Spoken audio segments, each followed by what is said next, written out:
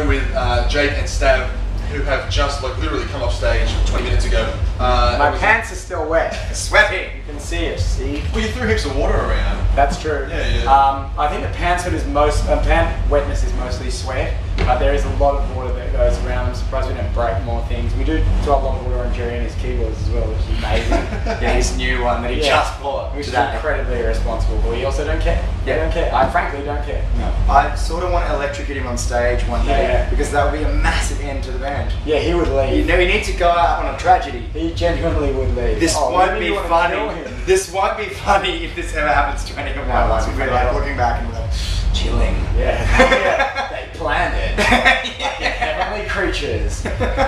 Jerry's the one that's holding our love affair back. Jerry, there's a little jewel on the ground. Go and pick it up. Flap! Flap! Flap! So, look, one of the things I do have to say, I followed you guys for quite a while. You guys used to support Butterfingers all the time. A long time ago. Yeah, we saw. You used to play at Manning Bar. I saw you at where was it? Coogee Bay Hotel, maybe. Yeah. Good Luck Pig was such an amazing EP. He liked it. Yeah, you're literally the only person that remembers that EP. No way. In Breakfast in the Afternoon. Did Batman Fuck the Riddler? All famous lyrics. You're just referring to the song Unemployed, which is a single off that EP. Yeah. We were unemployed at that point. Yeah. It was a very different time for the band. In some ways it's still the same in that I live with my parents.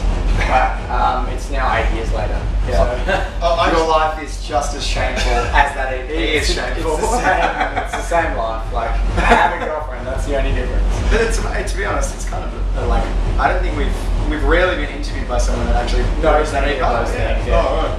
Even more unlikely. It's amazing that you even know the band's been around that long. Yeah, well, I used to try and sing because I have like a shit house voice. For some of those radio, like I can't sing, and I used to try and do the, you know, like picking up America back, picking up the palace. But I just can't do it. Like it was that was good. So that was pretty much exactly. Yeah. Oh yeah, right. Actually, probably better because your voice isn't all threaded from screaming constantly. Well, one of the things we were talking about, we went and watched a set, and you guys were singing. What song was it, Tim? I Ain't Telling the Truth. I Ain't Telling the Truth. Oh, yeah. And I turned to Tim and I said that sounds exactly like the record. Yeah, because the record vocal sounds shit on I never was at, like, it does sound exactly like the record because I rolled out of bed to do that vocal. Did it in like 2 hours because Chris, our producer, was putting heaps of pressure on us to finish the song. And then when we did it, I went back 2 weeks later and was like, I hate that performance now. And I'll tell you, I actually quite enjoyed the recording of that song because Jace took family and went to sleep.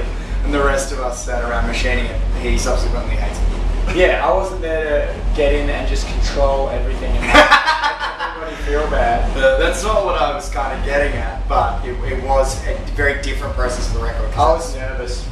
Yeah, because we'd had another attempt at that song with Simon Berkelman. It hadn't worked. Birdfinger from Philly Grand Jury, if you guys know that band. Yeah. And who actually ended up producing work on the that record. song. Similar sort of. And so we had to go with him producing Ain't Telling the Truth, and it just like for some reason it just didn't kind of work out. We've just been doing this song for a long time. Yeah, it's the oldest song from that record. It's the first song pretty much we wrote after we released Problems. Yeah, Problems. And at the time when it was written, I mean, it was about something quite serious, and also had like it was, you know, it came out nicely. I remember writing it and thinking, oh, that's the piano part sits well, and then we brought it to the band, and it was like, oh yeah, that works. Like suddenly it had a, you know, the first rehearsal I had a bite. So you do that for 2 years and you have this weird, like, it meant something very important, and so we have to honour that, but we've been playing it for 2 years and it's obviously changed a little bit. Yeah. We did it in front of the producer, this guy Chris Shores, this American guy, and he was like, I like that song when you first did it and I hate it now. What the hell did you do to that? Well, no, but it was also, I think, that of all the songs, Ned Molesworth was our drummer for like 6 or 7 years. Yeah. So a very old school friend of ours, I've known him pretty much my whole life. And James Howman, who drums for us now, came in, and that was the only song that was a bit like sticky, a bit tricky to kind of wrangle for us. And it changed, it morphed a lot after James came in, and then that process of recording then pulled it back more towards actually a performance at the corner that we did. Of that, which was supporting Butterfingers actually, and it was just a lucky performance that someone taped that still, in my opinion, stands as the best performance of that song, really.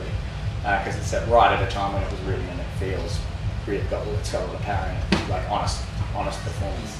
It's one of those, like, it was a bit of a turning point for the band because I think it was the first time we tried to be a bit serious. Well, yeah, and also like sung a bit more. Yeah, yeah. And you know, it was more of a pop, like, I mean, obviously, like Vitriol is a pop song, Production's a pop song, blah blah blah. But more melodic. Yeah, just more. It's just like it's not slower, really a deep pop song exactly. Like we actually are going for 3-part harmonies and we're trying to do things that actually are not complicated but that require some level of melody. And we hadn't done that. We were just pretty much the shows up until then we just shouted our way through them. Yeah. And then and now it's like, you know, the opposite of that. We're trying to sing.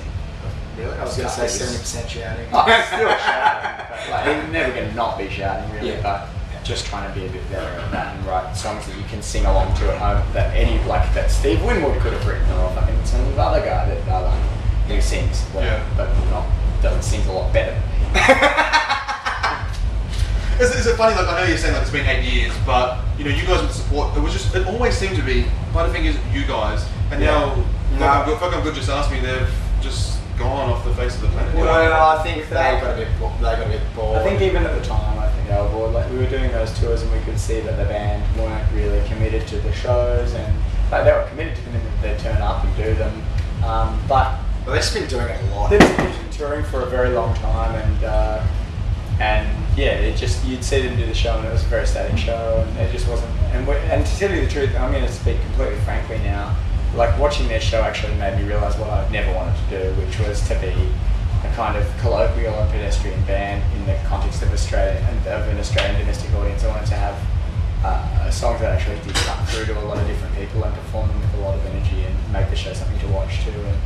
And that those tours really kind of rammed that on, and also kind of trying to make it live, you know, like keeping it as live as possible, so that samples and stuff like that. Yeah, not being tied into a specific type of show that you had to do. Yeah. Now look,